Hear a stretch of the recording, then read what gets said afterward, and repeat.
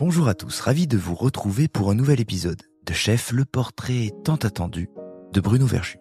Je dis tant attendu pour deux raisons. La première, c'est que vous êtes nombreuses depuis que le podcast existe, à me demander qu'il vienne enfin raconter son histoire, car le personnage éveille une forme de curiosité. Depuis toujours, il intrigue. Faut dire qu'il a ouvert son restaurant à 54 ans. C'est pas commun. C'était en 2013. 2018, première étoile, 2022, deuxième étoile, et aujourd'hui, dans l'affluent classement des 50 meilleurs restaurants au monde, le 50 Best, il occupe la 3e place, tout simplement. 3e meilleur restaurant du monde pour table. Ouais, c'est le nom du restaurant que Bruno Verjus a ouvert il y a 12 ans, sans aucune expérience. En revanche, la cuisine, il l'a observée, et depuis bien longtemps. Il l'a goûtée, et ce dans le monde entier. Puis, au gré de son CV, un temps, il l'a écrit, chroniqué, mis en mots, et on arrive à l'autre raison pour laquelle je vous disais que cet épisode était attendu. Une raison personnelle. Il y a un peu plus de 15 ans, je crois, j'ai découvert l'homme par ses mots. À l'époque, les passionnés comme moi lisaient son blog baptisé Food Intelligence. Moi, je le trouvais très doué et je lui avais même proposé un projet qui nous avait beaucoup amusé. On se rejoignait une fois par mois, je lui soumettais des livres de cuisine et lui les critiquait au même titre qu'on l'aurait fait pour une sortie littéraire. On filmait ça et ça passait à l'époque à la télé dans une émission dont j'avais la responsabilité. Je l'ai donc connu journaliste. Je l'ai écouté ensuite sur France Culture et un jour, il m'a dit « J'ai ouvert mon restaurant. Ça va s'appeler Table ». Voilà l'histoire. Et Bruno, je l'ai suivi comme ça. J'ai fait partie de ses premiers clients, je suis revenu plusieurs fois à table pour voir comment la vague de son succès emportait sa cuisine. Et je n'ai jamais été déçu par nos retrouvailles sporadiques. Mais il restait tout de même un regret. Et je vais me taire pour le combler, ouais. Restait l'envie de le voir un jour raconter son histoire, son passé, ce qui l'avait conduit sans qu'on ne le voie venir à devenir l'un des noms les plus en vue de notre gastronomie. Je m'appelle David Ordonneau, vous écoutez Chef, et il est temps maintenant de laisser la parole à l'un de ceux qui manient le mieux notre langue pour parler cuisine, pour parler d'art, pour parler de la vie. Voici donc l'histoire très attendue de Bruno Verjus.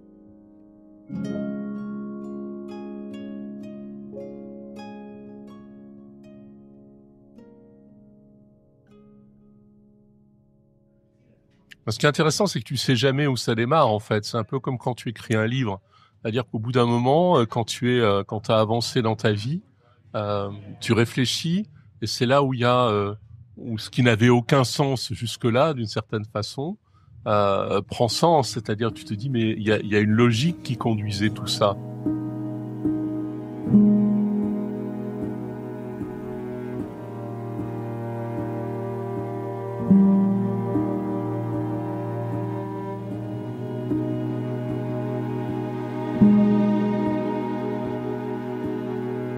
J'étais dans les années 60 à Roanne, où je passe ma vie beaucoup à Renaison, qui est 11 km de Roanne. On est encore dans un environnement, tu vois, très, où la ferme est jamais loin de la maison. Les commerces existent mais peu. C'est-à-dire que quand on veut du lait, on va à la ferme avec un bidon en métal blanc chercher du lait le soir à la traite. Quand on veut de la farine, on va au moulin. Quand on veut des poissons, on va les pêcher. Quand on veut des fruits sauvages, on va les ramasser dans les bois avec des champignons. Quand on veut de la salade, on va la ramasser soit au jardin, soit dans les fossés alentours pour ramasser des petites mâches ou tout un tas d'autres petites plantes.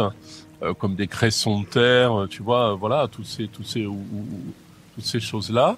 Et donc, tu passes ton enfance dans un environnement qui t'amuse beaucoup parce que c'est extrêmement sauvage. Tu es extrêmement libre. Il y a une liberté incroyable, à la fois dans la réalité, c'est-à-dire de pouvoir vivre en se baladant, et en même temps une collection que tu commences à constituer d'aventures imaginaires qui sont sans limite.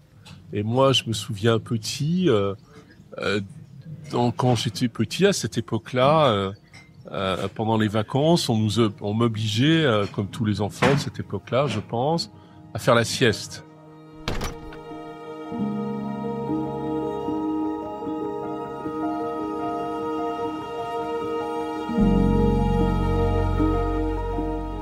moi, j'avais pas envie de faire la sieste et donc je m'évadais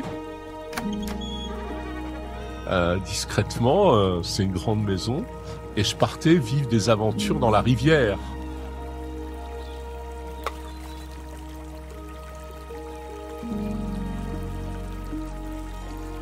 Et les aventures dans la rivière, c'était d'aller braconner des truites sous les ragottes, tu vois, avec les mains comme ça. Et elles étaient ponctuées d'aventures absolument invraisemblables. Une fois, j'avais attrapé un rat. Une fois, il y avait un serpent qui avait traversé. Et donc, là, ça sonnait le glas de toute aventure. Tu rentrais la frousse au corps, retournais vite dans ton lit et c'est faire la sieste pour de bon parce que tu avais eu trop peur et que c'était incroyable. Mais en même temps, c'était aussi une exaltation folle. Je me souviens petit aussi de m'être inventé comme un trappeur dans les vergers, dans les terrains alentours, et de mettre des collets pour attraper des lapins, avec cette excitation finalement de la chasse et de l'aventure. Et donc tout ça, quand tu grandis, que l'adolescence arrive, que tu quittes cette petite région, ton petit cocon d'aventure, où il y a rien de sauvage en réalité, tu vois, tout est quand même très domestiqué. Tu l'oublies. T'arrives dans la grande ville, tu fais des études, etc. Et donc tu pars bien loin de ça. Et puis à un moment, ça te revient. C'est-à-dire tu te dis, mais finalement, ce qui m'a constitué, c'est ça. C'est-à-dire cette capacité à observer et du coup avoir un rapport assez poétique au monde et être enthousiasmé par les paysages. D'autant que, comme tu as commencé à nourrir ce goût de l'observation, de la rêverie, tu as nourri aussi un goût intense pour la lecture. Et donc, à un moment, c'est vrai que j'ai arrêté de m'extraire de ces histoires de sieste ou de temps de repos pour m'y consacrer, mais à lire, parce que je vivais des aventures sans bouger, et c'était merveilleux. Quand je suis en train de passer mon bac, le soir tard, j'écoute France Inter et j'écoute une émission qui à l'époque était assez extraordinaire, qui s'appelait Pop Club de José Arthur.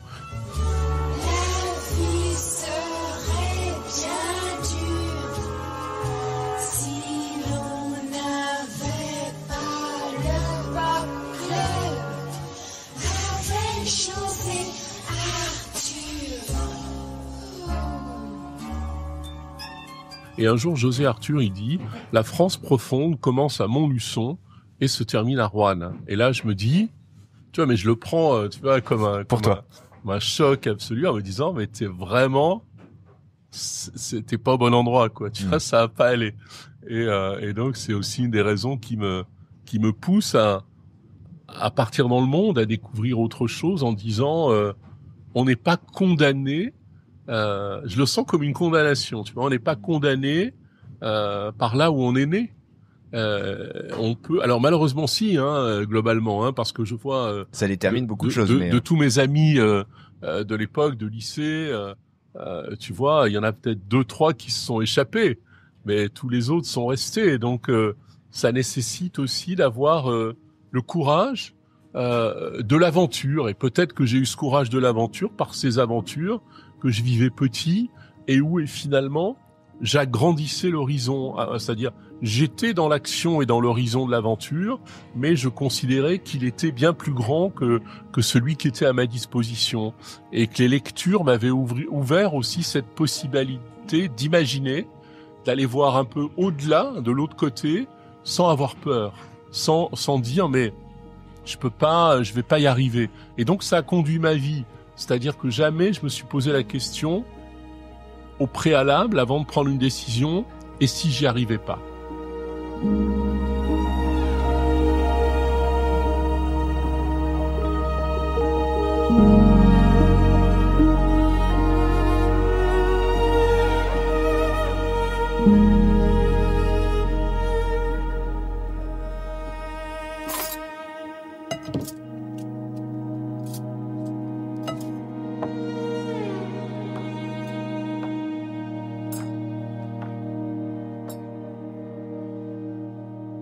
On a une toute petite famille, j'ai une mère, un père, un frère, donc nous sommes 4, et le rapport à la table, il est à l'époque, il n'y a pas de questionnement sur le rapport à la table. On déjeune et on dîne tous les jours. Et je parle pas du goûter, du petit déjeuner. Et on est à table, et tant que le repas est pas terminé pour tout le monde, on ne quitte pas la table. Tu vois, il y a une véritable organisation qui est mise en place, et puis c'est comme ça. Et pendant assez longtemps, quand t'es petit, tu parles pas à table, tu manges. Voilà. Et alors, qui cuisine? Mes parents, essentiellement ma maman. Mon père cuisinera un peu le week-end, tu vois. C'est l'époque où finalement l'homme s'arroge une forme de rapport aristocratique à la nourriture, donc il intervient le dimanche sur les grands sur des choses événements, un peu plus solennelles, ou alors il va faire des sauces, parce que le saucier c'est tu vois, c'est le roi de la cuisine, et ça l'est toujours un peu d'ailleurs aujourd'hui dans les grands restaurants. On considère que la grande cuisine française c'est la cuisine de la sauce, et si tu fais pas des sauces, tu fais pas de cuisine, quoi. Ce qui est intéressant, mais ce qui est pas le cas du tout au Japon, par exemple, etc. Mais la France, c'est ça.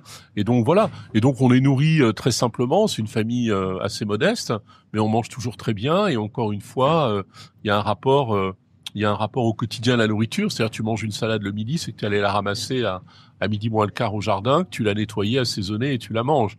Donc il y a finalement, il y a ce rapport aux énergies vitales. Tu manges des pommes, tu les as cueillies, tu vois, voilà, c'était parce que ça fait partie des choses normales. Il viendrait pas à l'idée d'aller acheter une salade dans un magasin, certainement pas dans un sachet plastique, ça n'existe pas.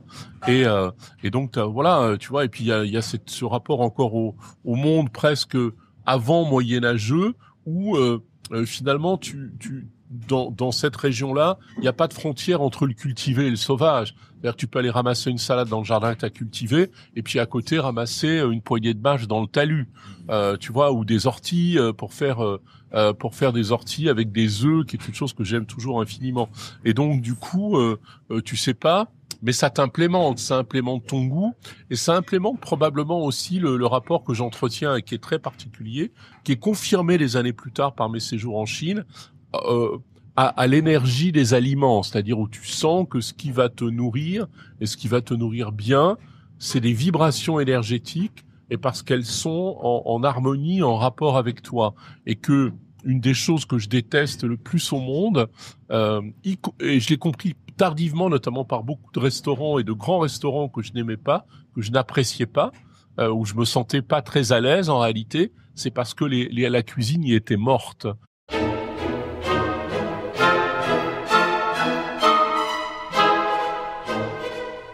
Et donc j'ai gardé ce rapport au vivant très important, et probablement, même de façon absolue, c'est dû à cette expérience dans ma toute petite enfance, où je n'ai été nourri que de ça. Ouais, du rapport direct au produit. Oui, donc t'as à la fois tu te constitues une bibliothèque de goût. C'est-à-dire quand tu goûtes quelque chose, tu sais si c'est bon mais pas bon en termes de saveur, en termes de ce que t'apprécies ou de préparation, mais si c'est bon en termes de respect du vivant et des énergies, ou si c'est un produit mort.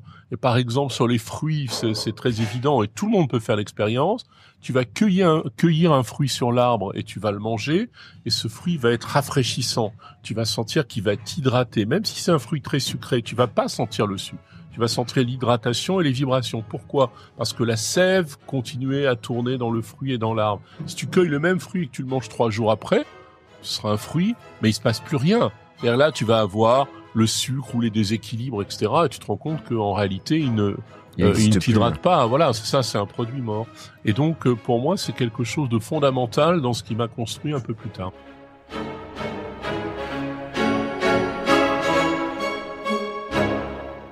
Comment on emporte tout ça et vers où on va? Parce qu'à l'adolescence, quand on change parfois d'environnement, par les études ou par ce qu'on doit faire, le chemin qu'on poursuit, le rapport à l'environnement change un petit peu. Toi, tu vas aller vers où après, quand tu quittes justement ce paysage? Moi, quand je quitte cet endroit, je vais à Lyon, je fais médecine à Lyon, et tu manges mal, mais tu t'en fous. Tu manges à la cantine ou tu manges au Crous, tu vois, donc c'est pas... encore aujourd'hui, je suis pas sûr que ce soit ceux qui aient la plus haute réputation en matière de qualité de cuisine et du vivant. Donc tu manges mort. Après, je suis en Californie, tu manges encore plus mal. Mais attends, mais qu'est-ce qui te donne envie d'aller en médecine, et qu'est-ce que tu vas faire? Je vais en médecine parce que j'ai pas le choix. Parce que mes parents m'obligent à aller en médecine, tu vois. C'est le Graal. Tu vois, genre, voilà, c'est le Graal, absolument, et voilà. Moi, j'y crois peu, c'est pas trop mon truc. En même temps, je suis assez content d'être libre et d'être à Lyon. Mais encore une fois, je commence déjà à être dans ces espèces de facettes de moi-même. Et donc, pendant que je fais médecine, je fais aussi de la photographie. Et j'adore ça. Et puis du coup, je commence à faire un peu plus de photos. J'ai la chance de collaborer un moment avec l'agence Gamma, l'agence de presse. Donc je fais quelques reportages qui me conduisent aussi aux États-Unis. Et c'est comme ça que je découvre les États-Unis et que je vais aussi en Californie. Et donc je m'évade.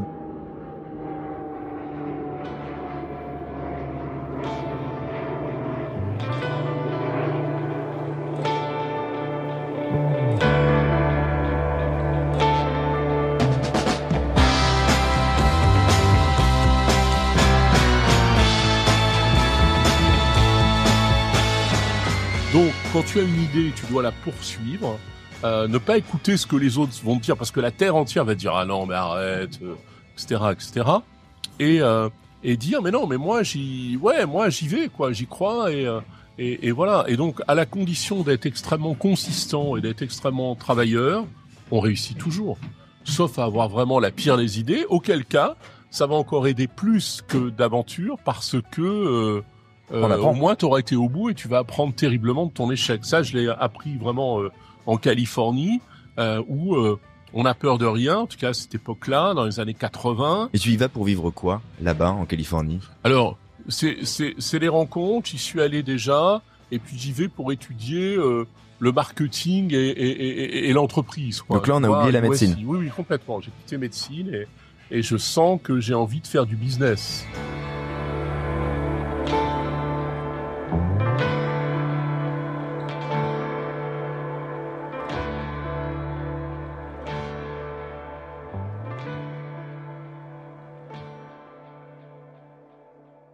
Et à l'occasion d'ailleurs de ça, je fais un voyage à Taïwan, parce qu'à l'époque, une boîte où je faisais un stage produisait des éléments à Taïwan. La Chine n'existait pas encore vraiment, hein. Et Taïwan, Taichung en fait, pas Taipei, là, une ville qui est au milieu de Taïwan, était déjà à l'époque la ville de la tech. Elle l'est encore aujourd'hui, hein, ce qui est fou, hein, tu vois, on est en 2025. Et donc, je vais là-bas et je vais à Taipei. À Taipei, je décide d'aller, comme tu vas au musée, le musée de Taipei étant d'ailleurs extraordinaire, mais comme tu vas au musée, je vais au World Trade Center de Taipei, je me balade, et là j'ai une forme de révélation, je me dis mais tout va se passer là, quoi, tu vois, tout va se passer là.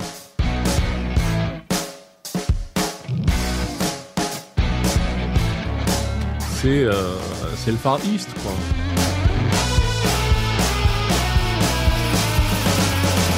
Et quelques années après, c'est à partir de 88, la Chine s'ouvre au développement prioritaire, la zone sud-est, et moi je suis là.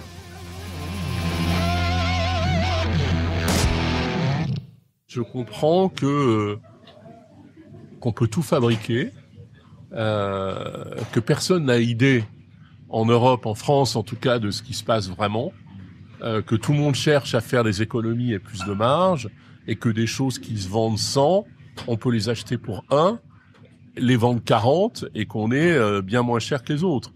Et donc, je commence effectivement à trader des choses paramédicales, du packaging, des goodies, enfin un peu tout ce que me demandent les grands groupes. Et c'est comme ça que je me retrouve à passer 18 ans de ma vie entre la France, le reste du monde, et puis beaucoup la Chine. Puisque tout ce qui était à Taïwan a migré dans un premier temps à Hong Kong côté nouveau territoire, et puis a franchi la frontière au fur et à mesure où le business s'ouvrait. Et là, je vis une aventure extraordinaire, c'est-à-dire qu'elle est à la fois une aventure d'homme d'affaires, une aventure extraordinaire de voir aussi des villes qui n'existaient pas se construire, où on va tout inventer, tout fabriquer, on travaille jour et nuit pour construire des routes, des places, des immeubles, des hôtels, des buildings, des usines, etc., etc. Et donc cette région-là devient l'usine du monde. Donc c'est tout à fait passionnant de le vivre. Et là aussi, je me retrouve à nouveau plongé dans des aventures incroyables, comme dans ma petite enfance, et des aventures gastronomiques incroyables aussi, parce que la cuisine chinoise, en tout cas cantonaise, est une cuisine de l'instant, c'est-à-dire où le vivant prévaut sur tout. Tu vas au restaurant, tu choisis un poisson dans un aquarium où tout est vivant, quoi. C'est même, y compris à cette époque-là, avec des abominations parce qu'il y a des gens qui commencent à être très riches et qu'on veut leur offrir des fantasmes alimentaires. Et les Chinois sur l'alimentaire ont des fantasmes au-delà de toute limite.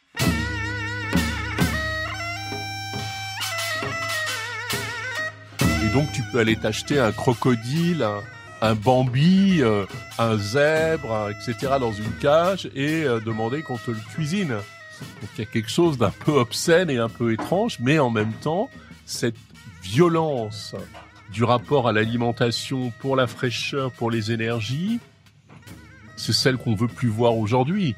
C'est-à-dire qu'en fait, on a, nous qui avons évolué différemment, on veut plus savoir, par exemple, quand on mange un steak ou quelque chose, que ça provient d'un animal. Il faut dissimuler ce temps. Voilà. Il faut savoir qu'on a sacrifié un animal pour ça, donc on veut plus les os. On veut plus savoir, tu vois, c'est-à-dire la forme la plus achevée de la consommation de protéines animales, c'est le hamburger. Parce que finalement, rien, d'une certaine façon, ni même le goût, ne peut le relier à un animal vivant. Voilà, c'est intéressant. Alors qu'en Chine, au contraire, à cette époque-là, et encore aujourd'hui un peu moins, mais encore, au contraire, c'est-à-dire qu'on va aller non seulement le relier à l'animal vivant, mais tu vas voir le défilé de l'animal vivant avant de le bouffer. Donc c'est vraiment un autre rapport au monde. Et même si quelquefois je suis pas dans ces narrations-là, même pas du tout, je trouve ça intéressant.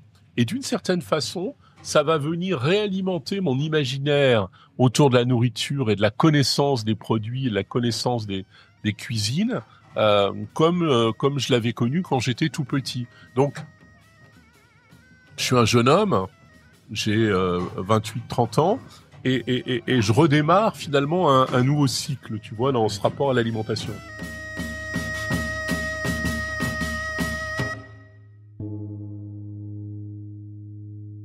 Qu'est-ce qui t'anime dans cette vie-là? Tu parles de 18 ans passés. En 18 ans, ton quotidien, c'est quoi? Tu parles d'une forme de business, donc tu es en gros un intermédiaire entre deux régions du monde et tu travailles dans cette marge-là. C'est exaltant. Mon métier, c'est prendre des contrats de fabrication, de les placer, de les faire fabriquer, de les livrer.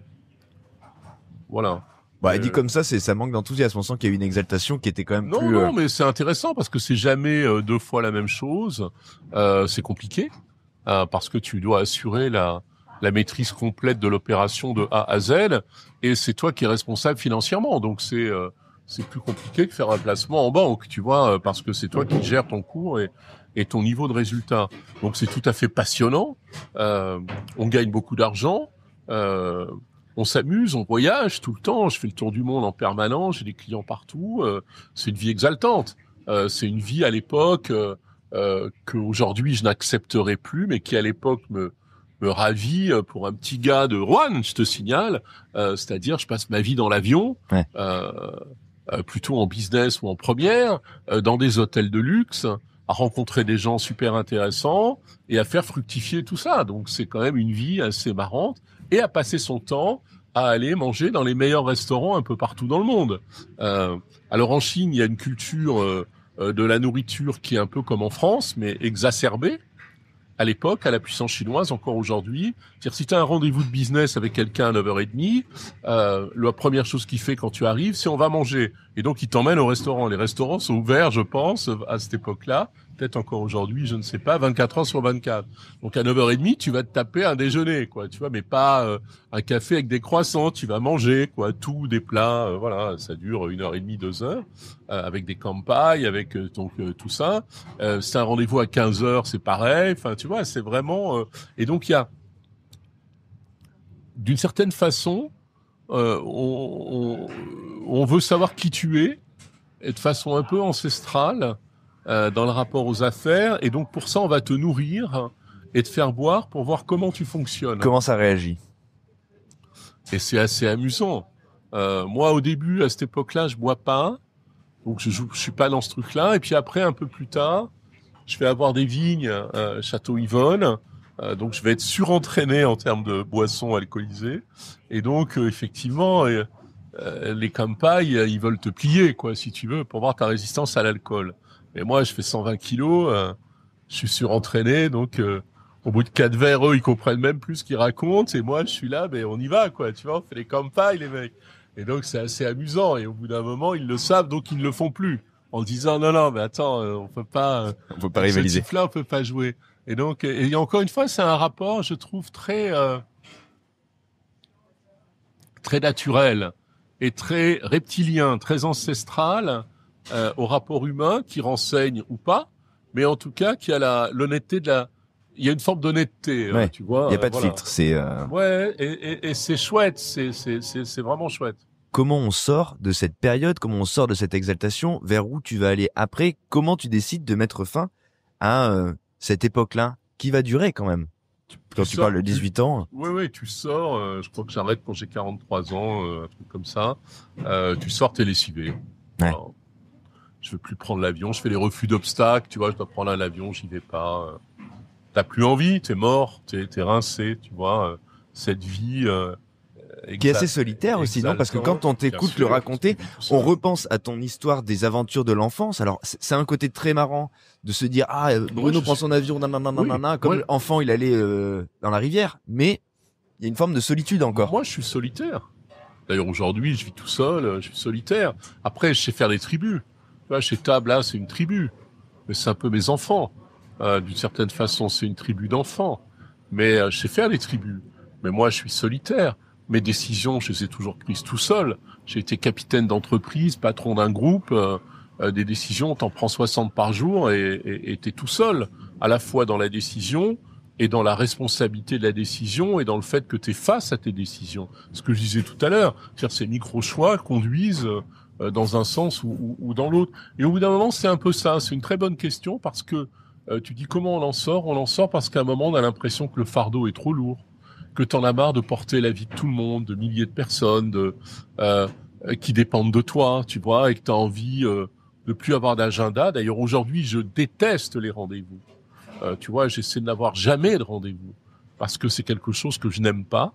Ma liberté avant tout. Et donc, tu te sens essoré, quoi. T'as l'impression que tu ne sers qu'à faire vivre d'autres personnes, qu'à les tenir par la main, les porter, et que toi, personne te portera jamais. Donc, tu as ce rapport à la solitude, à la difficulté d'être, tout simplement, de dire, mais moi, qu'est-ce que je fais avec moi-même?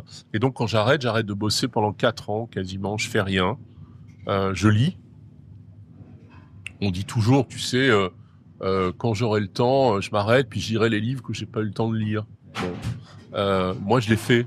C'est-à-dire, j'ai passé 4 ans à lire comme si c'était un métier, c'est-à-dire 8 heures par jour. Alors, à lire quoi? À lire essentiellement du classique. Tu vois, à lire tout ce que tu liras pas et que tu devrais lire. Donc, tu lis Victor Hugo, Balzac, Proust, Mallarmé, tu vois, Yankelevitch. Enfin, vraiment, tu vois, plein de choses complètement inattendues et qui, d'une certaine façon, vont commencer un peu à te sculpter l'esprit. Et à force de lire, tu commences à écrire un peu. Donc, je commence à écrire des livres. Et puis avec mon ami Alain Krugère, on a l'idée d'une émission pour France Culture. On nous envoie bouler. Et puis finalement, on nous rappelle en disant, mais tiens, est-ce que vous voudriez pas, dans le cadre au lieu de faire des rediffs cet été, comme on fait toujours, on s'est dit, tiens, peut-être on pourrait enregistrez-nous une 20aine d'émissions pour l'été. Ce qu'on fait en 2 semaines. Et puis l'émission plaît et le président de Culture à l'époque nous appelle en disant, vous voulez quoi sur la grille de rentrée? Vous voulez être où et quand? Et donc l'émission qui s'appelle On ne parle pas la bouche pleine, avec mon cher Alain Krugère, elle va durer 9 ans au total, et moi je vais la faire pendant 4 ans. Et puis au bout de 4 ans, c'est pareil, je me sens un peu... c'est bien, quoi, mais moi j'ai toujours été du côté du faire plutôt que du côté du dire. Et je me dis, mais moi j'ai envie de faire. Et donc les valeurs que je promeus, les histoires que je raconte, le rapport que j'entretiens avec nos invités, je pense qu'il pourrait être bien plus pertinent si je nourrissais. Alors, je peux pas te laisser complètement, je peux pas te laisser complètement dire ça parce que tu opposes le dire au faire. Or, en l'occurrence, et en ce qui nous concerne tous les deux, moi je t'ai connu pour ce que tu disais et ce que tu écrivais. Et il y a une époque quand même de ta vie sur laquelle on doit revenir et qui est connue, je pense, de ceux qui nous écoutent. C'est cette époque où nous, passionnés de gastronomie, on te découvre par le mot et la plume, par un Food blog à Intelligence. l'époque qui s'appelle Food Intelligence, ouais, qui est à l'époque un rendez-vous pour nous tous qui aimons justement, comme on peut l'avoir trouvé aussi quelque part avec François Simon, les quelques rares qui mettent en mots la nourriture et l'expérience de la nourriture différemment. Et à ce moment-là, t'en fais partie. Et ce blog, c'est un rendez-vous pour tous les passionnés. Donc à un moment, t'as quand même décidé de mettre en mots cette passion. Oui, alors et alors c'est d'autant plus intéressant ce que tu dis que je l'ai commencé quand j'étais encore chef d'entreprise en fait. Hein. Je pense que on était une toute petite poignée à avoir l'idée de faire ce truc bizarre qui est un blog. On est dans les années 2008-2010, je crois. Ouais, moi, je me souviens. Avant 2005. 2003, 2004 même, je pense. Oui, vraiment au tout début. Et ça s'appelle Food Intelligence. Et effectivement, voilà, je donne un peu mon témoignage de quelqu'un qui aime les autres, qui aime manger, qui aime les restaurants. J'ai le parti pris de ne parler que de ce qui m'intéresse et pas d'être un food critique, tu vois.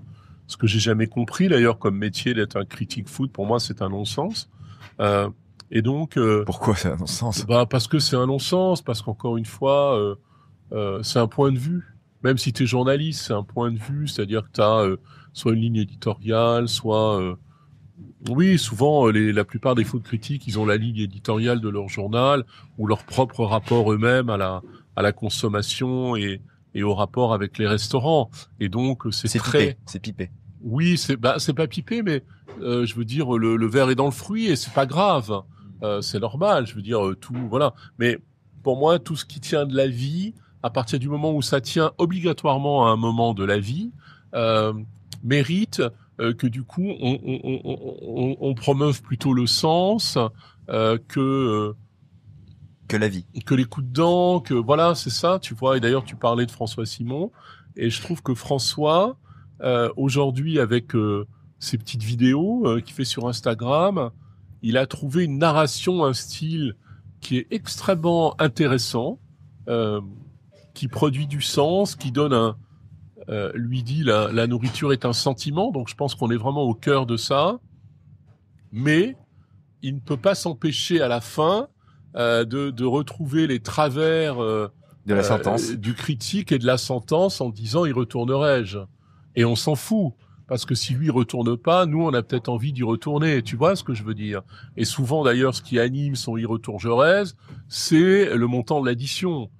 Comme si donc il y a un côté aussi un peu poujadiste, un peu racoleur, tu vois, qui souvent me gêne en disant mais oui voilà en plus on sait comment fonctionnent les food critiques, ils sont bienveillants si tu les invites, s'ils payent ils commencent à être plus exigeants, tu vois, donc voilà. Après les pauvres ils n'y peuvent rien, c'est l'indigence des supports. C'est pas eux personnellement, oui, c'est il faut formater. C'est l'indigence des supports. Mais effectivement, quand tu vois, moi j'ai la chance de le voir ici, de voir des critiques gastronomiques du monde entier, tu vois bien qu'il y a quand même deux salles, deux ambiances. Hein. Tu as ceux qui viennent des pays anglo-saxons, des États-Unis, d'Asie ou même de Suisse, qui ont les moyens de leur métier, qui ont des ambitions et qui conduisent un travail assez incroyable. C'est-à-dire qu'ils vont venir 4-5 fois en 2 ans chez toi avant d'envisager de faire un papier. Mais quand ils vont faire un papier, ce sera une pleine page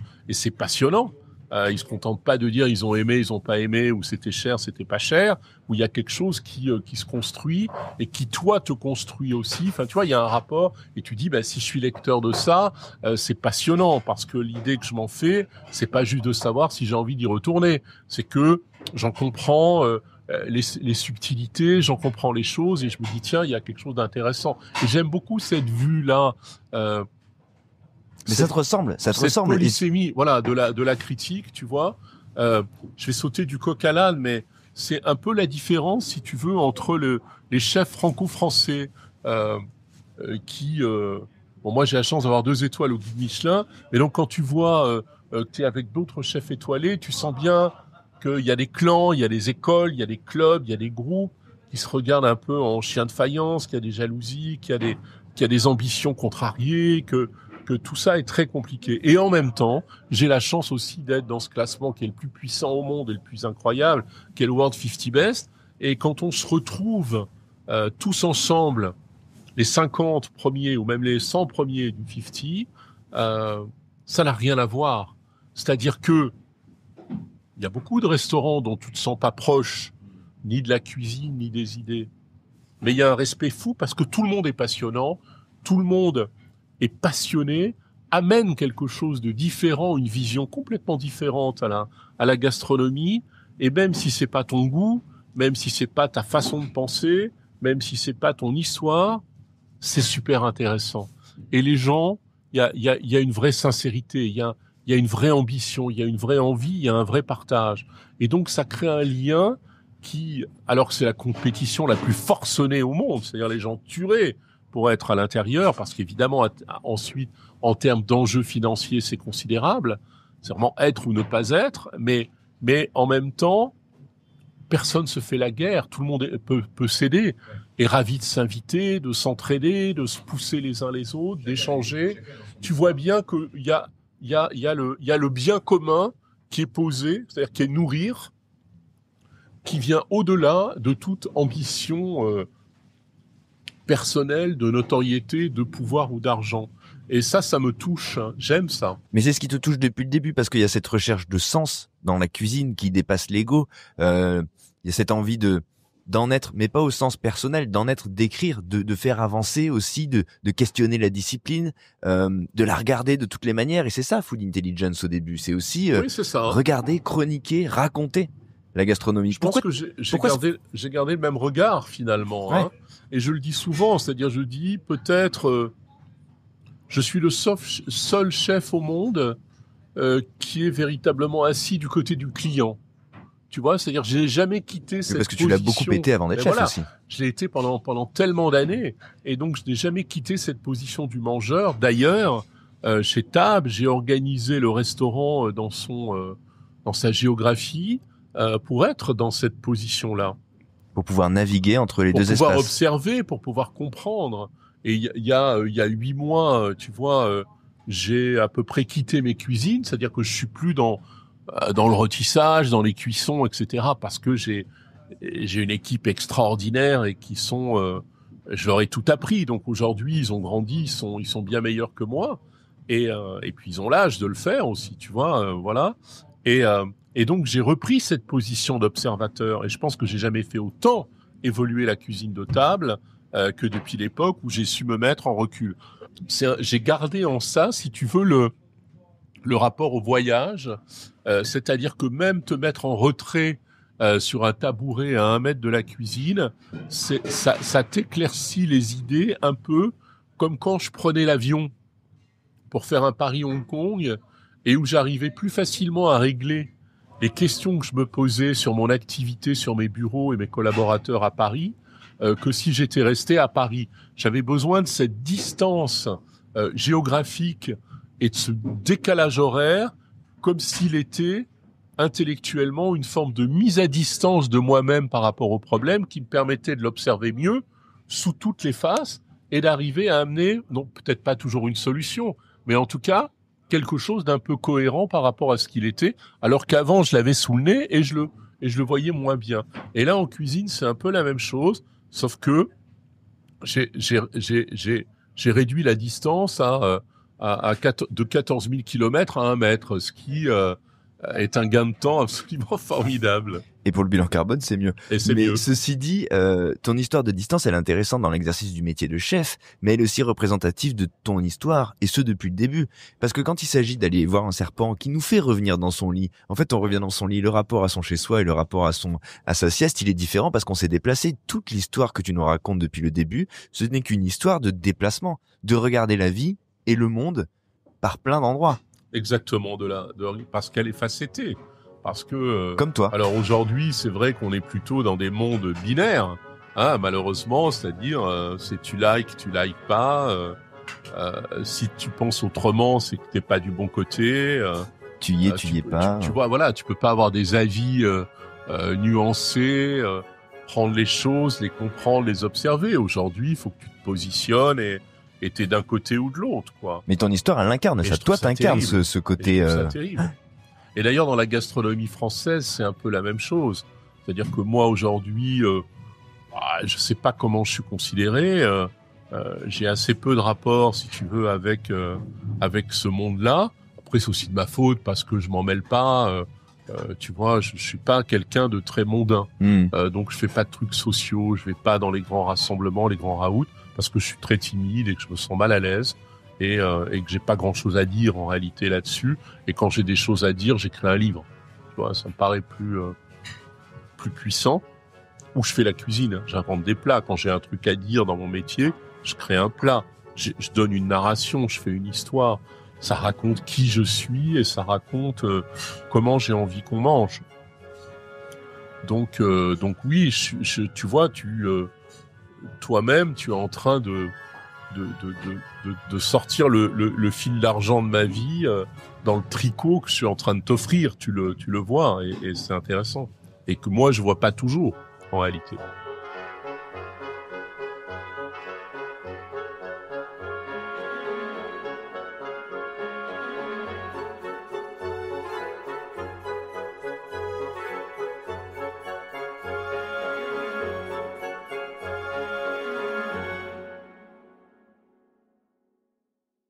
Comment tu décides à un moment quand t'as fait quasiment une vingtaine d'années dans l'entrepreneuriat pur, on se parle de business pur, on se parle de faire de l'argent, on se parle de faire des marges, on est loin d'une poésie ou d'une sensualité. Toi, t'es capable de la trouver certainement là-dedans si tu tires le film, mais on est loin de la poésie de la cuisine. Qu'est-ce qui fait qu'à un moment tu te dis je vais commencer par écrire et je vais commencer par saisir cette discipline-là? Alors on sent que t'as toujours été observateur, mais ce qui me conduit depuis toujours, tout de même.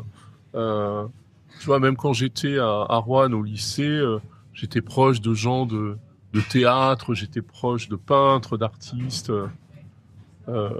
sans comprendre que c'était finalement la fibre. Une fibre profonde. Et après, ce qui m'a nourri tout au long de ma vie, quand j'ai commencé à gagner ma vie un petit peu, le premier truc que j'ai acheté, c'est pas un canapé ou un frigo, c'est un tableau. Bon, c'est un peu bizarre. Ça faisait marrer d'ailleurs les gens de dire mais il y a rien chez toi, il y a juste un tableau. Bah oui, j'avais pas les moyens d'acheter un canapé après avoir acheté un tableau cher, mais c'était ma vie. C'était plus que tout. C'était justement ma mise à distance du monde et mes évasions je pouvais être assis par terre et regarder le tableau, c'était plus confortable que d'être assis dans un canapé et regarder le vide, tu vois. Donc c'était vraiment c'était toute ma vie. Et donc ma vie a toujours été conduite par la lecture, par le théâtre, par l'opéra, par la musique. Enfin, je veux dire, tu vois, c'est mon aliment principal, hein, vraiment. Et c'est quelque chose qui mais pas dans l'obsession non plus, mais dans une réalité quotidienne, comme une hygiène de vie. Tu vois, j'ai besoin de ça. Et moi, je pense que je fais partie de ceux qui croient profondément que le plus bel achievement de l'humanité, c'est l'art, et que sans l'art, on ne saurait vivre. Je pense qu'on se serait tous déjà exterminés consciencieusement. Et l'art est la salvation ultime de la vie. Et pour moi, la nourriture telle que je la pratique en fait aussi partie avec un bénéfice. Et c'est pour ça que j'ai voulu faire ce qu'on appelle du fine dining, c'est-à-dire de la haute gastronomie, qui est que quand on fait de la haute gastronomie, on se doit de bien nourrir, c'est-à-dire de faire du bien au corps et à l'âme pour la partie artistique, pour les voyages que tu proposes, pour les transpositions, les translations et les évasions, tu vois. Donc voilà, donc on y revient. Justement, et il faut qu'on en arrive à table, mais il y a eu cette époque de voir, de dire, d'écrire, et tu le disais, ce moment où tu t'es dit, maintenant il faut faire. Moi, je me souviens de ce moment. Je me souviens même d'un déjeuner qu'on a fait à cette époque et où tu nous disais, je me rappelle très bien de ce moment, on était chez Racine, je crois, rue de l'Arbre Sec, à l'époque, je me souviens de ce déjeuner, tu dis maintenant j'ouvrirai un restaurant et ça va s'appeler Table. Et je crois que j'ai trouvé l'endroit. Et cet endroit, on y est aujourd'hui. Il a eu une vie incroyable. Donc à un moment, tu t'es dit, j'y vais. Et pour tous les gens qui nous écoutent et qui savent certainement cette histoire, c'est pas rien de se dire, j'y vais, pardonne-moi, mais à un âge où beaucoup se diraient, en fait non. Déjà que quand on a 20 ans, 25 ans, 30 ans, oui, l'âge ça de peut monsieur faire est peur. fait avancer, comme on dit chez Guitry. Écoute, en tout cas, il était pas commun. Et tu te dis, j'y vais. On revient au tout début. L'esprit d'enfance m'habite, d'une certaine façon. Et l'esprit d'enfance, il m'a donné le goût de l'aventure et le fait de ne plus avoir peur. Parce que j'ai eu les grandes peurs viscérales et reptiliennes de l'humanité, qui est de rencontrer des dangers au cours des aventures et de les avoir surmontés. Donc après, qu'est-ce que tu veux qu'il se passe? Rien, l'échec. Et l'échec est quelque chose d'extraordinaire parce que ça te permet d'avancer bien plus que le succès. Et je n'ai pas l'angoisse du succès non plus. Beaucoup de personnes ont l'angoisse du succès parce que le succès, ça entraîne des choses que tu ne maîtrises pas et puis une vraie responsabilité. C'est-à-dire, il faut l'assumer, il faut être à la hauteur de ce. Il faut, tu vois, il faut l'endosser, quoi. Et puis il faut faire. Quand tu n'as pas de succès, tu peux te plaindre en disant, oh là là, c'est la faute. C'est pas ta faute. Quand tu es dans l'échec, tu peux aller rejeter ça sur 12 000 raisons inobjectives, mais qui deviennent par le fait d'aller les solliciter. Et c'est fini, t'es débarrassé. Bon, voilà, ok, c'est pas grave. On passe à autre chose. Le succès, tu peux pas. Tu peux pas le surrogater. Tu peux pas dire, ah là là, c'est pas de ma faute. Ah là là, vite, on passe à autre chose, etc. Non, il faut faire, il faut continuer à faire. Et puis, ne pas être non plus projeté dans une forme d'angoisse existentielle de dire, et si demain, je n'en avais plus? Tu vois, c'est l'angoisse du type qui chope des étoiles parce que c'est l'ambition de toute sa vie.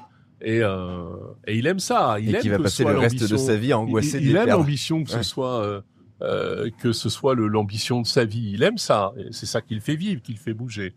Et puis le jour où il l'a, il y a une espèce de grand, tu vois, il y a presque une dépression postpartum où il se dit, oh putain, et mais si je la perdais, ouais. quoi, tu vois. Et c'est une espèce d'effet à la fois anesthésiant du cerveau et paralysant de l'action. Et c'est terrible. Et donc, moi, j'ai plus ça déjà, tu vois. Ouais, mais enfin, c'est quand même pas rien.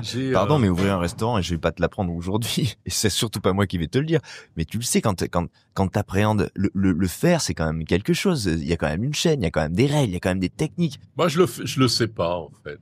Bah. Non, je crois que je le sais pas. Je veux pas le savoir. Et alors, comment tu démarres? Enfin, c'est un truc quand même. Une version un peu qui m'honore, je dirais que c'est mon esprit d'enfance. Une qui m'honorerait moins et qui est probablement plus proche de la vérité, c'est un déni complet de réalité.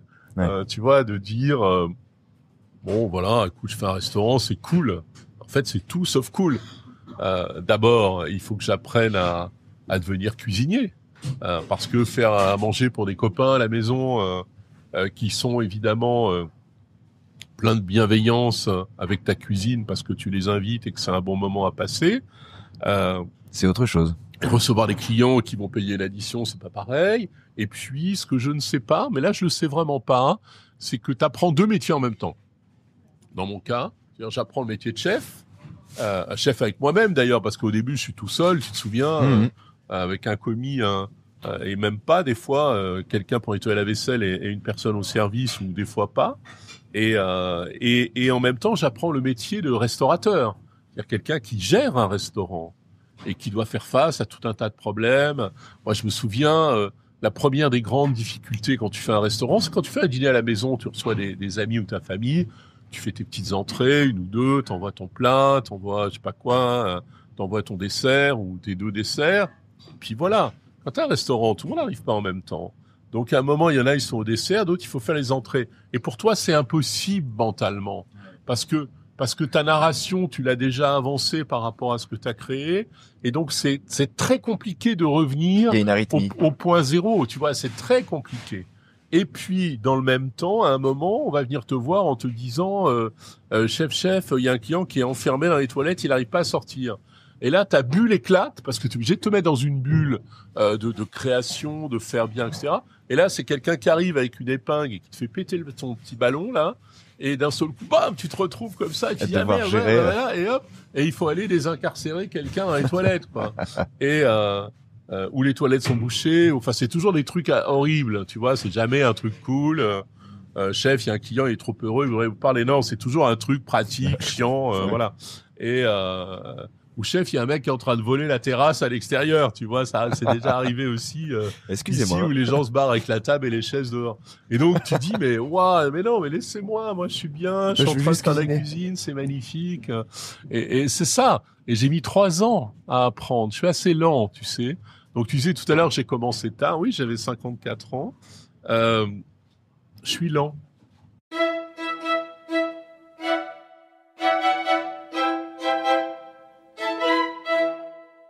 Oui, mais résistant, parce que 3 ans. Alors ça va peut-être avec, je sais pas, mais je suis lent,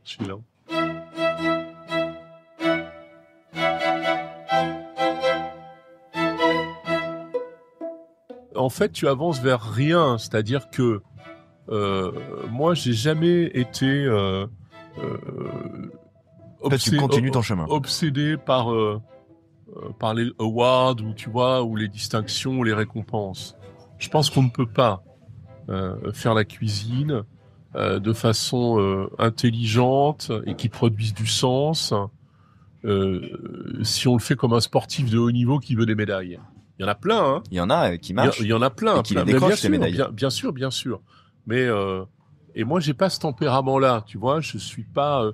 Moi, je suis un winner. J'aime gagner. J'aime réussir. Ce que j'apprécie avant tout, ce que j'ai fait plusieurs fois dans ma vie, c'est avoir une idée, la porter jusqu'au bout et l'avoir réussi et fleurir. Et j'adore ça. C'est la plus grande des satisfactions, je trouve. Quelque chose qui naît dans ta tête, tu lui donnes une réalité et tu la portes au pinacle. C'est magnifique. C'est un accomplissement personnel incroyable et en même temps une grande humilité. C'est-à-dire que c'est pas pour faire le malin, c'est voilà. Et je pense que ça te fait des fondations aussi, c'est important. Mais les médailles, souvent, elles consacrent cette idée. Alors les médailles peuvent les consacrer, mais elles n'ont pas été la quête. La quête, c'est d'aller au bout, d'aller le plus loin possible. Et avec Table, c'est un peu la même chose, c'est-à-dire que j'avais dans la tête ce que j'avais envie de voir dans mes assiettes. Je pense que j'ai mis 5-6 ans à y arriver, à mettre à peu près dans l'assiette ce que j'avais dans la tête. C'est un peu comme un musicien. Il m'est arrivé de discuter avec des très très grands musiciens et ils te disent mais ce qu'il faut arriver à faire, c'est faire que la musique que tu as dans la tête, comment tu as compris une partition, ce que tu veux jouer, ce que tu as dans la tête, c'est ce que les gens vont écouter. C'est-à-dire que le médium, hein, l'instrument devient transparent dans l'histoire, c'est-à-dire n'est plus un obstacle, n'est plus rien, parce qu'il permet, c'est juste finalement un médium qui permet d'entendre la musique que tu as dans la tête. Et moi, j'ai mis 7 ans à peu près pour faire la même chose avec mon instrument qui est la cuisine. C'est-à-dire que traduire la pensée. Ce que j'imagine sur un plat, sur un produit, sur une narration, c'est exactement ce que tu manges. Et j'ai réussi à le faire aussi dans mes écrits. Donc c'est important. Je vais te dire pourquoi après. Si tu lis par exemple L'Art de nourrir, et tout le temps les gens me disent ça, c'est dingue parce qu'on mange exactement, ceux qui l'ont lu avant de venir manger chez moi, on mange exactement ce que vous avez écrit. Et je trouve ça très beau parce que du coup tu te dis voilà, on est en parfaite phase avec tout ça. Et donc c'est ça qui me conduit. Après voilà, les distinctions arrivent. Et encore une fois, je mets du temps. Donc 7 ans arrivé à peu près à ça, c'est le moment où on gagne la première étoile. Et puis après il y a le Covid, les épisodes Covid, etc. Et là, je fais une pause. À ce moment-là, je sens qu'il va y avoir le deuxième lockdown pour les restaurants. Et je m'échappe en Grèce, que je connais peu. Je vais dans le Magne, qui est un endroit assez reculé, à l'abri du tourisme. Et je passe 2 mois dans le Magne, tranquillement, où il n'y a pas le Covid. Enfin, il y a le Covid, mais tout le monde s'en fout. Tu es au bord de la mer, il n'y a personne pour te surveiller. Tu peux prendre un petit café sur le port, aller ramasser des choses sauvages, des asperges sauvages au printemps, avoir des beaux poissons, etc. Et vivre avec les chats sauvages et dans la mer globalement. Et puis je rentre à Paris au mois de mai pour le lancement de mon livre, justement l'art de nourrir, où je fais un mois de médias. Enfin, je suis très consistant sur ce boulot-là parce que j'ai rien à faire d'autre. Donc c'est un parfait timing. Et il s'agit de réouvrir le restaurant puisqu'on va commencer à pouvoir réouvrir un peu en demi-mesure. Et je me dis non, je veux pas réouvrir. J'ai besoin de temps et je repars un mois en Grèce, tout le mois de juin, qui est un mois béni. Le mois de juin, c'est l'été, il fait beau, c'est merveilleux. Alors avant de partir, à cette époque-là, j'ai un menu un peu gastronomique, un peu cher. J'ai un plus petit menu et puis je suis à la carte. Et quand je reviens, je me dis mais c'est complètement idiot. Tu veux apporter quelque chose de différent dans l'histoire de la cuisine au XXIe siècle. Tu veux aller vraiment dans la haute gastronomie, dans le fine dining. Il faut le faire. J'ai une étoile à l'époque. Il faut le faire. Et donc et puis tu dois faire fleurir encore plus tes équipes. Et donc ce que tu vas leur donner en temps possible pour eux, c'est ce qu'ils vont te ramener aussi pour toi et pour tes clients. Donc il faut changer complètement la vision de la haute cuisine. Notre responsabilité, puisqu'on est cher, c'est justement d'avoir ce rapport au social dans le restaurant comme une entreprise que j'aurais pu diriger avant, c'est-à-dire ce qu'on appelle aux États-Unis le wellness, c'est-à-dire que ton travail ne soit pas une punition, mais te fasse du bien et te fasse grandir dans la vie, et que tout ça soit intimement lié. Et donc, je décide de fermer un jour de plus, donc de donner samedi, dimanche, lundi, 3 jours de week-end par semaine, de donner 7 semaines de congés payés par an, alors que l'obligation c'est 5, mais j'en prends 2 pour moi. Et je double mes prix à peu près, c'est-à-dire mon menu passe à 400 €. Il n'y a plus qu'un seul menu, le même.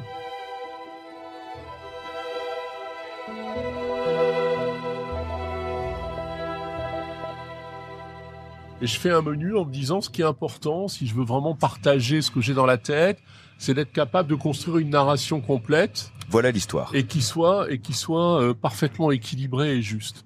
Et à cette époque-là, je redémarre à zéro parce que tout le monde est parti, à l'exception de Giuseppe, qui est mon second aujourd'hui. Et donc, je dois reconstituer une équipe aussi. Alors, j'ai la chance d'être un peu plus inspirant à cette époque-là et d'être capable d'attirer des garçons et des filles de grands talents, comme Jules, comme Léandre, comme Agnésé, comme tout le monde, et qui viennent me rejoindre et puis on démarre, quoi, tu vois, mais on démarre comme si on redémarrait à zéro. Et comment c'est pris? Parce que c'est un geste, c'est pas alors je me dis c'est facile parce que finalement là, c'est peut-être aussi mon expérience de chef d'entreprise. Un restaurant Tap dans le 12e arrondissement de Paris, c'est une toute petite barque. Et donc, si tu veux, il n'y a pas une énorme, énergie, quoi, dans le sillage. Donc, si on doit l'arrêter, on peut l'arrêter très vite. Donc, je me dis, si plus personne ne veut réserver, si après avoir réservé et déjeuner ou dîner, les gens se mettent à hurler en me traitant d'escroc, qu'on se fout du monde, que pour qui je me prends, que machin, etc., c'est que je me suis planté. C'est que ce que je donne ne vaut pas l'argent que je demande en échange, tu vois, voilà. Et en réalité, pas du tout. C'est-à-dire que je suis plus complet et tout le monde est encore plus content. Je change de clientèle aussi d'une certaine façon. Donc j'ai des gens plus éduqués, plus élevés, qui ont l'habitude, etc. Ils comprennent. Par rapport au restaurant qu'ils fréquentent, ils trouvent quelque chose de différent et qui leur plaît vachement, où ils se disent putain c'est ça quoi. Voilà, manger de la haute cuisine au XXIe siècle, c'est chez Table, c'est pas tu vois dans des maisons un peu empesées, etc. Et voilà. Bon, il y en a auxquels ça plaît pas, mais ils viennent pas et c'est comme ça un restaurant. C'est normal. Au bout d'un moment, tu as une ségrégation de clientèle qui se fait, une sédimentation plutôt de clientèle qui se fait et qui fait que tu as une clientèle qui te ressemble. Hein. C'est une forme de succès. Hein. La question du prix, elle est importante. Et elle s'explique notamment pour des questions RH. Quand tu dis, par exemple, qu'on donne autant de congés à son staff, ça crée un coût. Avoir un staff, ça crée un coût. Le premier coût d'un restaurant, c'est évidemment ta masse salariale. Bien sûr. D'abord parce que je paye bien. C'est-à-dire, par exemple, les plongeurs qui, à Paris, sont payés 1450, 1500 € par mois. Moi, ils ont 2000. Tu vois, donc le premier salaire, c'est les plongeurs, ils ont 2000 €. Donc les mecs, ils sont, enfin, tu vois, par rapport à leurs copains, ils sont super heureux, ils ont plus de congés, plus de vacances. Enfin, la vie est belle, tu vois. Et tous les salaires ici, je paye très bien pour une raison pareille, extrêmement objective. D'abord parce qu'ils le méritent, ils ont du talent. Et la deuxième chose, c'est que je leur donne les moyens d'habiter dans le quartier. C'est-à-dire que même les plongeurs, ils habitent pas loin. Donc tout le monde est à au plus un quart d'heure de vélo, de table ou de transport en commun pour ceux qui en prennent, mais la plupart sont à pied ou à vélo. Donc ça change leur vie. C'est-à-dire quand tu travailles dans un restaurant où tu peux terminer un soir à minuit, tu rentres chez toi, c'est 10 minutes. C'est pas 1 heure et demie de RER et puis un bus de nuit. Tu vois, donc c'est super important. Et pour moi, c'est fondamental. Encore une fois, ce wellness que tu leur apportes, ils te le rendent au centuple à toi et à tes clients. Parce qu'ils sont épanouis, parce qu'ils sont heureux, parce qu'ils ont le sourire, parce que la vie leur sourit et parce que c'est normal.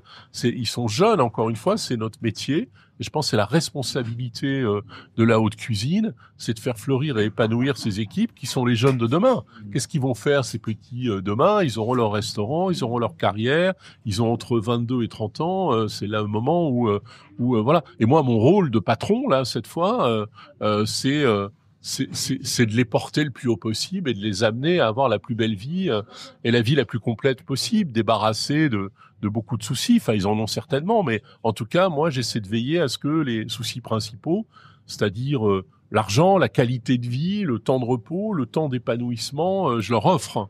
Et c'est important parce qu'ils me le rendent formidablement, ils le rendent formidablement aux clients. Et encore une fois, c'est notre devoir. Parce qu'on a les prix qu'on pratique, c'est notre devoir. Voilà, c'est aussi simple que ça. Je voulais faire ce focus juste et puis l'éliminer parce que c'est vrai que la question du prix est un critère central dans la restauration et dans l'expérience d'un client au restaurant. Bien sûr, après... Et il est important de comprendre, si les gens sont déjà à peu près capables de comprendre qu'on paye le produit et que la qualité d'un produit fait aussi le prix, ça on commence à l'intégrer, il faudrait passer au step supérieur où on se dit, bah oui, les conditions de travail, le bien-être d'une équipe est aussi quelque chose auquel je dois contribuer en tant que client. On va pas pleurer, mais enfin les charges en France, tu vois, le problème c'est quand tu donnes 3 000 € à quelqu'un, ça te coûte 5 600 quoi. C'est ça. Donc moi je préférais leur donner 4 000 et que ça me coûte 5 600 que voilà, ça c'est un peu débile aussi, tu vois, d'une certaine façon. Mais ce que je veux dire, c'est que le client doit avoir ça en conscience aujourd'hui et c'est important quand on fait une expérience de cette adresse-là. Avec quand même une pondération, c'est que et c'est pas par hasard que je suis là, c'est que nous sommes à Paris. Oui, voilà. Et donc à Paris, il y a un choix de restaurants absolument considérable aujourd'hui, et en plus où tu peux manger très convenablement, je dirais de 15 € à 1 500 € quoi, à peu près. Tu vois. Donc si j'étais à Roanne ou à Montluçon, évidemment je pourrais pas parce que je priverais c'est pas duplicable. L'essentiel de ma ville de pouvoir venir manger chez moi. À Paris, je prive personne. Ceux qui n'ont pas les moyens peuvent manger ailleurs ou venir exceptionnellement chez moi parce que l'offre est très importante et que une chose qu'on ne doit pas oublier, c'est qu'aujourd'hui, Table est un restaurant qui fait venir des touristes à Paris de plus en plus. Alors, au moins 30% de notre clientèle nous dit on est la raison pour laquelle on est venu à Paris. Tu vois? Donc c'est le prétexte à la... Je suis aussi aujourd'hui un vecteur de tourisme dans ma ville. Et alors ces gens-là sont aisés, sont internationaux, mais je joue un rôle dans l'économie française aussi parce que, entre guillemets, comme on dirait vulgairement à Bercy, je fais rentrer de la devise. Si on parle de la cuisine, et pour conclure, et parce que finalement c'est le plus important, aujourd'hui, comment tu l'écris, comment tu l'exprimes, qu'est-ce qu'elle raconte, ta cuisine de table, parce qu'on a l'impression qu'il y a une forme de cohérence qui s'écrit depuis le début, un rapport au vivant. On parlait de choses primitives, on parlait même de violence. Et moi, je vais te dire, il y a plein de fois où j'ai vu des posts de toi filmant un produit vibrant, comme une Saint-Jacques par exemple. Alors, on pourrait se dire que c'est la quintessence de la fraîcheur et que c'est formidable de la voir ainsi bouger, mais on peut se dire aussi, et ça m'arrive de me dire, oh putain, c'est quand même violent, de se dire qu'on va se confronter à ce point au vivant. Or, c'est quelque chose d'assumé. C'est presque une position militante, c'est-à-dire c'est vrai qu'aujourd'hui, et probablement par le truchement de l'agroalimentaire, on souhaite, parce que c'est leur credo d'existence, faire en sorte, encore une fois, qu'on ne puisse pas relier la nourriture à la vie. Parce que ils relient, enfin, je veux dire, tu vois, relier une croquette, enfin pas une croquette, mais une céréale de petit déjeuner ou un poisson pané ou je sais pas quoi, ou une salade sous vide à la vie, c'est mission impossible. Enfin, je veux dire, ça n'a pas de sens. Chez moi, j'ai repris en quelque sorte les codes qui pour moi étaient essentiels, et encore une fois qui fait que moi j'apprécie une cuisine ou pas, mais qui sont ceux pas très anciens, des années 60-70, où dans la haute cuisine tout était fait à la minute. La question se posait même pas. Et encore aujourd'hui, par exemple, tu vas manger chez Emmanuel Martinez au Relais Louis XIII, qui est un chef qui doit avoir 74 ans, qui fait de la très haute cuisine bourgeoise, qui est celui qui avait amené les 3 étoiles à la Tour d'Argent à la grande époque. Tu prends un tourteau de l'île-Dieu, le tourteau, il est cuit après que tu l'aies commandé et décortiqué. Il l'a pas mis en place le matin ou la veille pour te le servir ton assiette. Donc tu vois, il y a ce rapport qui est intimement lié à la très belle cuisine et qu'on a après modifié sous prétexte que les clients étaient pressés, qu'il fallait tout préparer. Mais il y avait déjà une forme d'influence de l'agro-industrie dans ce système-là qui arrivait aussi en apportant des prêts à cuisiner d'une certaine façon. La simplification de tous les process, de tout voilà, et donc du discours. Comme on a aujourd'hui, tu vois, à une époque, on pouvait adorer les brasseries en disant ouais génial, les brasseries ça dépote, c'est du frais machin. Ça a été mis sous la coupe de tous les grands groupes et aujourd'hui tu découvres quand même ton steak tartare. Si tu veux, il arrive sous vide avec l'assaisonnement de près, tu fais le mélange et puis c'est fini. Enfin, tu vois que tout est préparé, les pâtisseries, les machins, enfin voilà, et que tout est des saloperies bourrées de conservateurs, de machins, de trucs, d'adjuvants, de coagulants, de tout ce que tu veux. Donc table aujourd'hui, il y a toujours ce truc, cette valeur cardinale donc, de rapport au vivant, à la fraîcheur. Chez nous, on travaille tout à la minute. C'est-à-dire que la coquille Saint-Jacques que tu vas manger, elle est ouverte une seconde avant que tu ne la manges. Là, on fait une petite tartelette, tu vois, sur un pain de seigle feuilleté, légèrement repris au beurre noisette. Taramac, j'ai appris à faire en Grèce, et crevette bouquée vivante. La crevette bouquée, elle est décortiquée vivante à la seconde où on la met sur ta tartelette. Mais alors, tu vas me dire, ah là là, c'est violent, c'est violent. Ouais, mais quand tu la manges, c'est pas violent du tout. C'est absolument sublime. Parce que d'un seul coup, tu te dis, waouh, ça peut être ça. Et je pense qu'on a tous été pêcher la crevette quand on était petit. Moi, je me souviens avec mon père, tu vois, on pêchait les crevettes bouquées au Havenot à l'Île-Dieu et on en mangeait. Ouais, mais c'est l'expérience du vivant. Sorti de l'eau. Donc, pendant longtemps, je me suis dit, mais moi, ce que j'ai envie de partager, c'est ça. C'est ces expériences ultimes de découverte de qu'est-ce que c'est qu'un produit, le goût, la vitalité, l'énergie, dans un endroit où tu es bien assis, où tu as un très joli vin dans un zalto, une très belle vaisselle de chez Astier de Villade, des beaux couverts, tu vois, des couteaux de Cecaldi, du linge, enfin où tu es dans quelque chose de très raffiné et très élégant, mais je veux manger comme si je venais de pêcher une crevette avec les pieds dans l'eau salée, des goémons par-dessus les oreilles et je viens de l'attraper et je la mange. Donc tu vois, d'être encore une fois entre ce rapport de c'est quoi l'enfant sauvage par rapport à l'adulte éduqué et domestiqué et chic, quoi, qui maîtrise.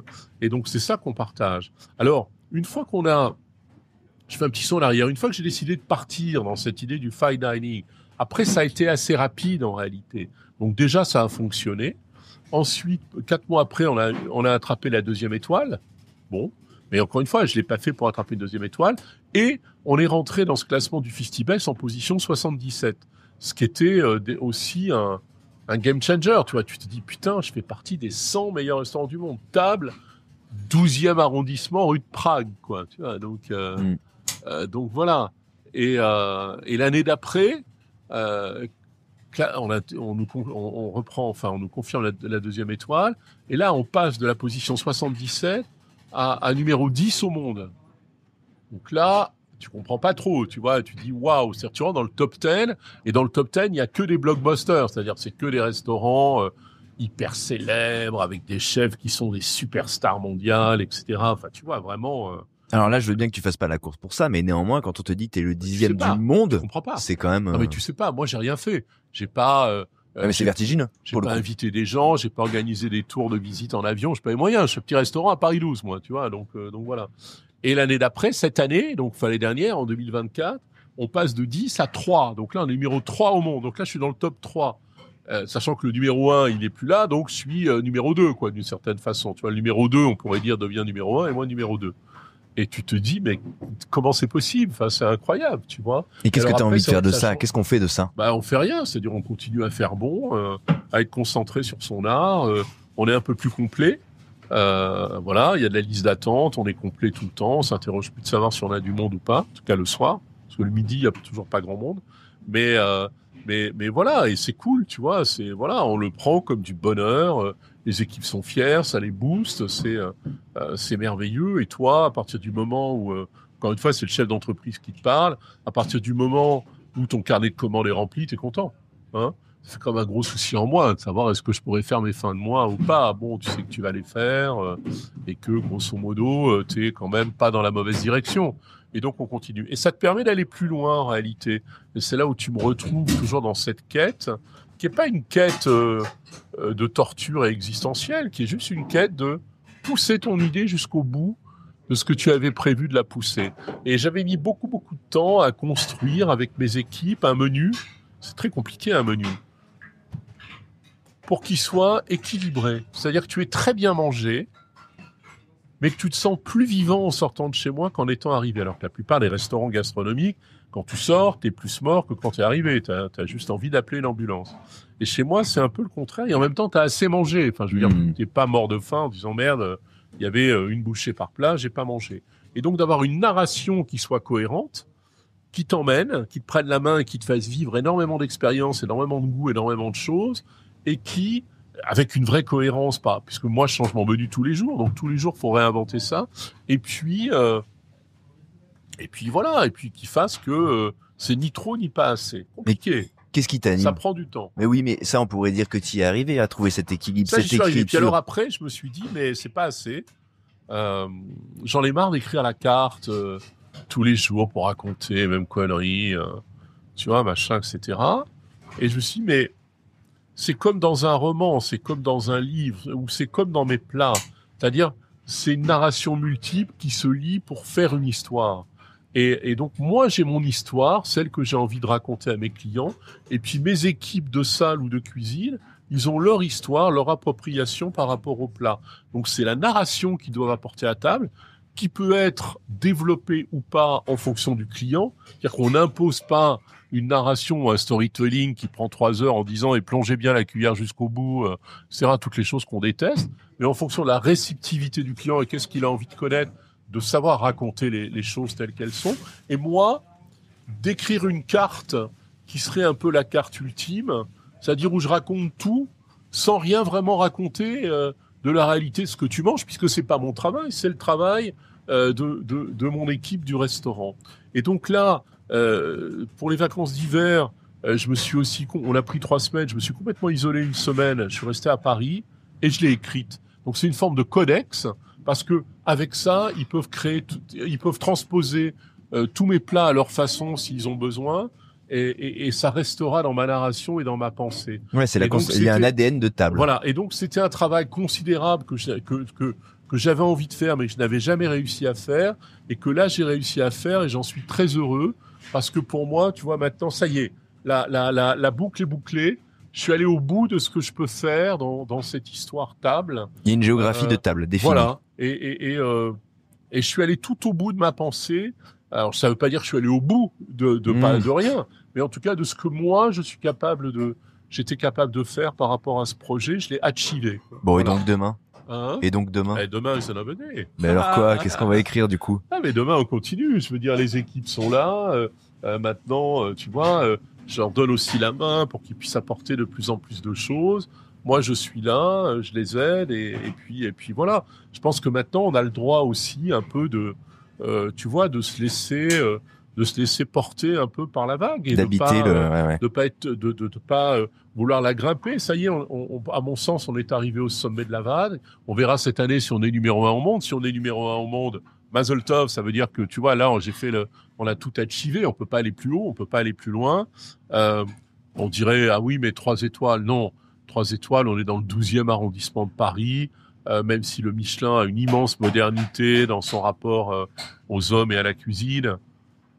Je pense qu'on est un peu de pauvres, on est dans un quartier pauvre. Et donc, tu vois, j'ai pas des salons, j'ai pas des chambres de luxe, j'ai pas un grand groupe derrière, etc.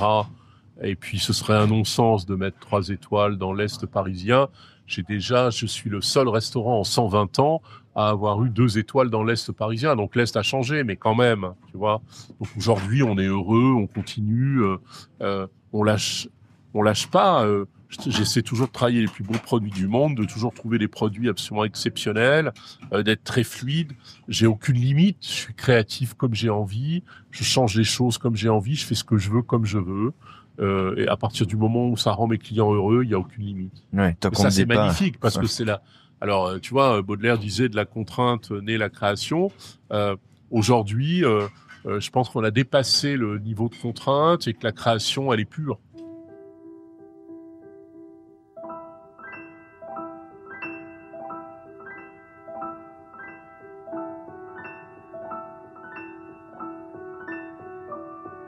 Et d'une certaine façon, je pense faire partie de ceux qui auront participé à créer la belle cuisine du 21e siècle. C'est-à-dire de débarrasser de toutes les scories, prenant toujours dans le passé ce qui fait sens. C'est-à-dire dans chacun de mes plats, il y a systématiquement une citation à la belle cuisine française bourgeoise. Parce que pour moi, c'est ça. Une citation. Qu'on voit ou qu'on ne voit pas, peu importe. Une sorte de fondation. Comme quand t'écris, avec les guillemets. Et je pense que c'est ça, être moderne. C'est d'être capable de dire, comme moi, petit enfant de Renaison, j'ai jamais quitté mes racines, mais j'ai pu aller au bout du monde et faire des choses complètement différentes. Et dans la cuisine, c'est la même chose. C'est-à-dire, j'amène une cuisine du 21e siècle, on invente des plats, des sauces, des associations, des combinaisons, mais on sait d'où ça vient.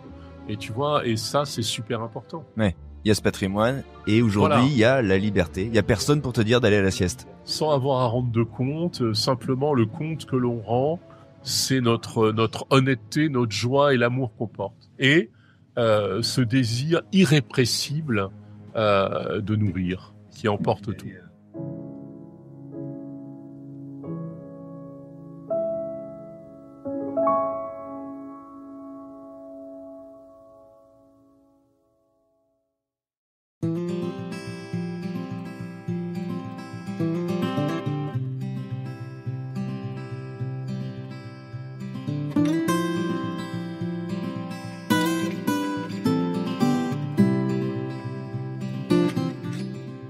Nourrir. C'est certainement le mot le plus élémentaire qu'on puisse employer pour parler de la vocation d'un cuisinier. Et je retrouve dans ce mot quasi primitif un peu de ce que j'ai toujours vu chez Bruno Verjus. La première fois qu'on s'est parlé, je devais l'interviewer et quand je lui ai demandé de se présenter, il m'a répondu « Je suis un ogre ». Et par cette expression, il me disait qu'il était du genre à dévorer, depuis toujours, à se nourrir de tout. De paysages, de lectures, de voyages et finalement tout du long d'une cuisine qu'il a très vite considérée comme un art de vivre. Car l'autre mot qui vient quand on parle de Bruno, il répond au verbe nourrir et c'est bien de vivre dont il est question. De vivre pleinement, de dévorer encore une fois le vivant, ce que l'existence a à nous offrir pour peu qu'on veuille s'en donner la peine, pour peu qu'on fasse preuve d'audace, pour peu qu'on se dise et pourquoi pas moi. Pourquoi pas voyager? Pourquoi pas Lyon? Pourquoi pas la Californie? Pourquoi pas l'Asie?